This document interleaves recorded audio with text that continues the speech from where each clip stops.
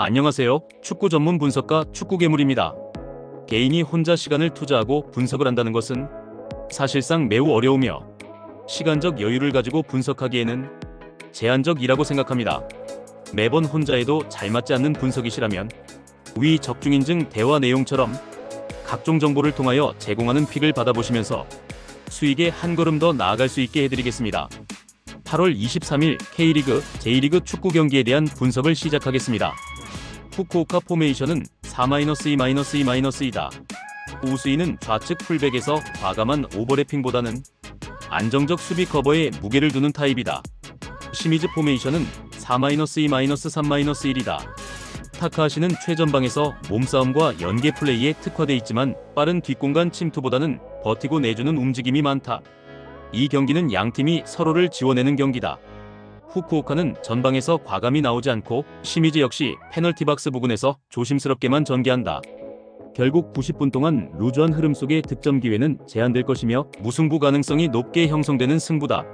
도쿄 베르디 포메이션은 3-4-3이며 소메노는 빠른 발을 앞세워 측면에서 상대 수비 라인을 흔들지만 크로스 정확도가 떨어져 실질적인 위협으로 이어지지 못한다.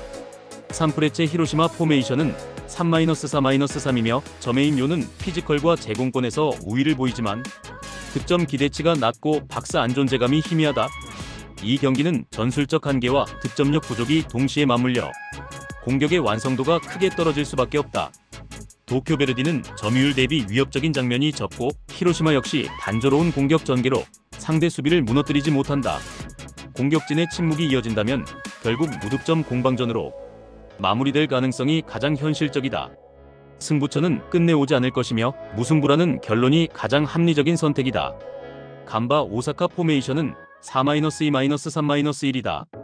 제발리는 제공권과 피지컬을 앞세워 전방에서 타깃 역할을 수행하며 박스 안에서 세컨드볼을 마무리하는 집중력이 강하다. 요코하마 FC 포메이션은 3-3-3이다. 루키앙은 피지컬 기반의 전방 버티기를 통해 연계와 마무리를 동시에 시도하는 자원이다. 간바 오사카는 홈 경기에서도 슈터의 공백이 뼈아프고 요코하마 FC 역시 공격 마무리 부족이 발목을 잡고 있다. 두 팀 모두 확실히 상대를 압도할 무기가 부족하기 때문에 답답한 공방 끝에 균형이 이어질 가능성이 높다. 이번 경기는 결국 무승부가 가장 현실적인 그림으로 보인다. 세레소 오사카 포메이션은 4-2-3-1이며 라파엘 라타오는 피지컬을 앞세운 제공권 싸움과 압박 속에서도 순간적으로 슈팅 타이밍을 잡아내는 능력이 돋보인다. 비셀 고베 포메이션은 4-3-3이며 사사키는 좌측 풀백으로 왕성한 오버래핑과 정확한 크로스 타이밍으로 공격에 활력을 준다. 세레소는 라타오와 나카지마를 중심으로 공격의 활로를 꾸준히 열지만 결정적 마무리에서 불안정하다. 비셀 고베는 장파트리크와 미야시로의 조합으로 중원을 지탱하되 후반으로 갈수록 체력 저하와 측면 노출이 반복된다. 결국 양팀 모두 명확히 앞서는 그림 없이 서로의 약점을 상쇄하며 무승부로 흘러갈 공산이 크다. 알비렉스 니가타 포메이션은 4-2-3-1이며 보다는 제공권과 피지컬을 앞세워 이선 연계에 힘을 보태지만 득점으로 연결되는 빈도가 적다. 가시마 포메이션은 4-3-2이며 레오세아라는 강력한 피니싱과 제공권으로 상대 박스 안에서 언제든지 골을 노릴 수 있다. 니가타는 안정적인 점유율에도 불구하고 전방 마무리에서 세밀함이 떨어진다. 반면 가시마는 차브리치와 레오세아라를 축으로 위력적인 공격 루트를 완성하며 양쪽 풀백까지 적극 가담하는 공격 패턴을 활용한다. 공격 템포와 마무리에서 분명한 차이가 있는 만큼 이번 경기는 가시마가 주도권을 잡고 원하는 결과를 가져갈 가능성이 높다. 나고야 포메이션은 3-3이다. 주커는 300의 중심에서 제공권과 커버 능력에 강점을 보이며 안정적 수비 라인의 핵심이다. 가와사키 포메이션은 4-3-1이다. 에리소는 제공권과 연계 능력을 동시에 갖춘 스트라이커로 세트피스 상황에서 결정적 헤더를 만들어낼 수 있다. 나고야는 홈에서 수비 블록을 구축해 견고한 운영을 시도하겠지만 공격 전개에서의 답답함은 여전하다.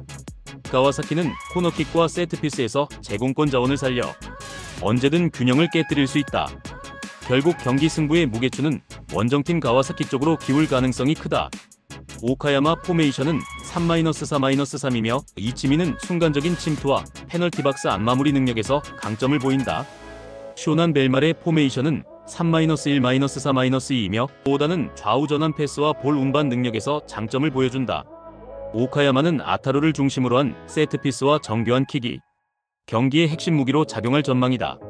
쇼나는 단조로운 전개와 체력 문제로 경기 막판 흔들릴 수밖에 없는 흐름이다.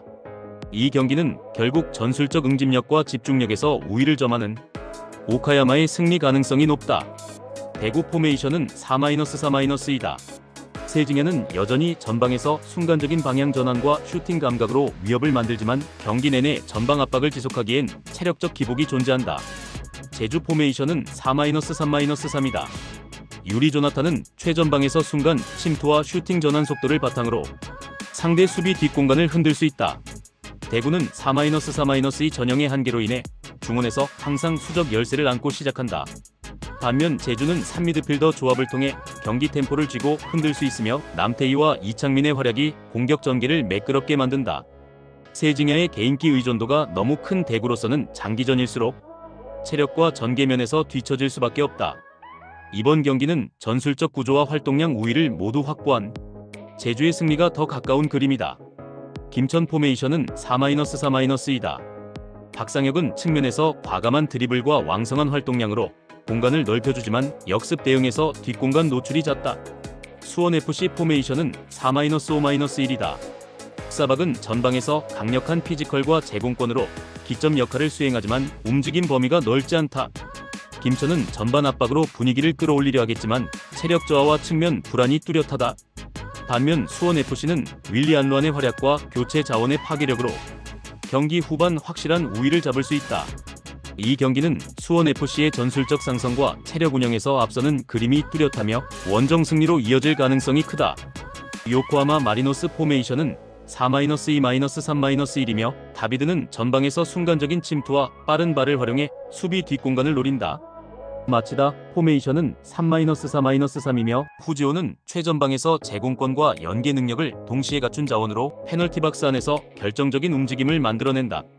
요코하마는 여전히 공격 전개에서는 강점을 보이지만 불안한 수비 라인이 발목을 잡는다. 마치다는 나카야마 중심의 빌드업과 나상호의 돌파, 후지오의 결정력이 어우러지며 점점 더 전술적 완성도를 높이고 있다. 전술적 흐름과 심리적 자신감을 모두 고려했을 때 이번 경기는 마치다가 가져갈 확률이 더 높다.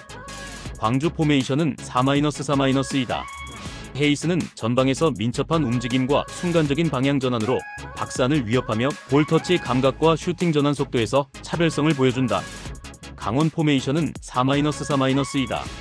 가브리엘은 속도감 있는 돌파와 순간적인 침투로 상대 수비를 흔드는 장점을 지녔지만 볼 소유 후 마무리에서 기복이 크다. 광주는 감독의 디테일과 선수들의 전술 이행력이 맞물리며 상승 곡선을 그리고 있다. 반면 강원은 라인 간격과 체력 관리에서 드러나는 약점이 뚜렷하다. 결국 이 경기의 승부 포인트는 감독의 전략 차이에 있으며 이정효 감독이 이끄는 광주가 한 수위의 경기력을 보여줄 가능성이 높다. 축구 괴물 분석이 마음에 드셨다면 구독과 좋아요, 알림 설정해주시면 저에게 큰 힘이 됩니다. 추가적인 조합픽과 다양한 경기에 대한 세부적인 분석과 결과가 궁금하신 분들은 영상 하단의 댓글창 꼭 확인 부탁드립니다. 스포츠 분석방에 다양한 픽스터분들이 많이 계시니 도움을 받아서 수익을 극대화하는 것도 괜찮은 방법일 수 있습니다. 그러니 며칠 지켜보신 후 마음에 드는 조합픽 탑승하는 방법도 좋을 수 있습니다. 스포츠도 이제는 전문 분야가 존재합니다. 오늘도 영상을 시청해주셔 감사합니다. 구독과 좋아요 한 번씩만 부탁드리며 저는 다음 영상에서 인사드리겠습니다.